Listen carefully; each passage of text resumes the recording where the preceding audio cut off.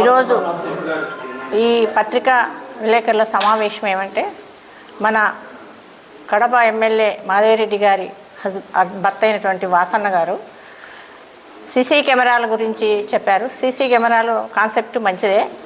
2018లో వాసన్న 50 లక్షలు వెచ్చించి సొంతంగా పెట్టిన అన్నారు. అది చాలా మంచి పరిణామము. ఇంకోటి ఏమంటే ఇప్పుడు వాసన్న అందరినీ చందాలు ఇవ్వడం కొంచెము బాధాకరము. ఎందుకంటే ఎవరైనా కూడా స్వచ్ఛందంగా ఇవ్వాలి. ముందు వాసన ఏం చేయాలంటే దాన్ని ఫోన్ నెంబర్ ఇచ్చి అందరు చందాలు ఇవ్వండి అని అంటే బాగుండు. వాళ్ళ పార్టీలో ఉండేవాళ్ళే గొడవ పట్టారు. అవి పేపర్లో వాట్సాప్లో అంతా వచ్చింది. అయినా మేము వాళ్ళ పార్టీ మాకెందుకని మేము గమనున్నాము. ముఖ్యంగా చెప్పేదేమంటే ఒక స్వచ్ఛంద సంస్థ భారతరత్న అనే ఒక హోమ్ ఆమె నిన్న 1 లక్ష ఇచ్చినాను స్వచ్ఛందంగా అంటే, కానీ ఆమె ఫేస్లో ఆ ఫీలింగ్ లేదు. ఆమె మనకందరికీ తెలుసు, విలేకరులకు తెలుసు, ప్రెస్లో వచ్చింది, న్యూస్లో వచ్చింది, అంతా వచ్చింది. ఏమని వచ్చిందంటే ఆమె హోమ్ మీద మహిళా కమిషనర్ గారు వచ్చి చెక్ చేశారు. అదేదో జరిగింది అన్నట్ల.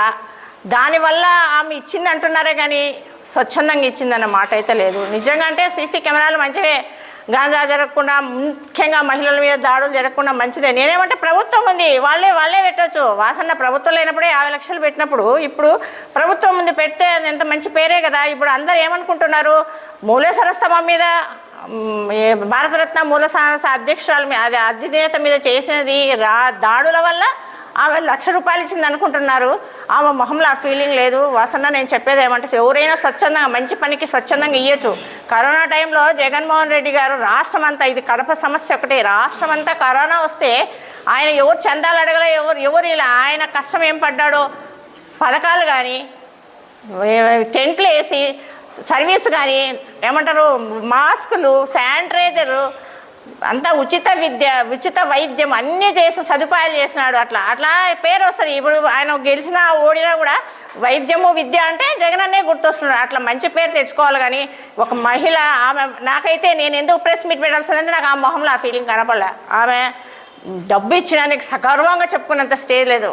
అందరికీ ఉన్న అభిప్రాయమే నాకు కూడా. ఆమె మీద రైడ్ జరిగింది కాబట్టి ఆమె హాస్టల్ మీద, ఆమె హోమ్ మీద, దానికి ఇది ప్రత్యక్షంగా ఈ 1 లక్ష ఇచ్చింది. ఇంకా మరి అందరు ఏమనుకుంటారంటే ఇంకా లోపల ఎంత ఇచ్చిందో తెలియదు అంటున్నారు.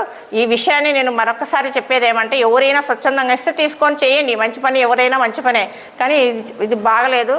ఆ మహిళల కోసం నేను ఇది ఖండించాల్సి వస్తుంది.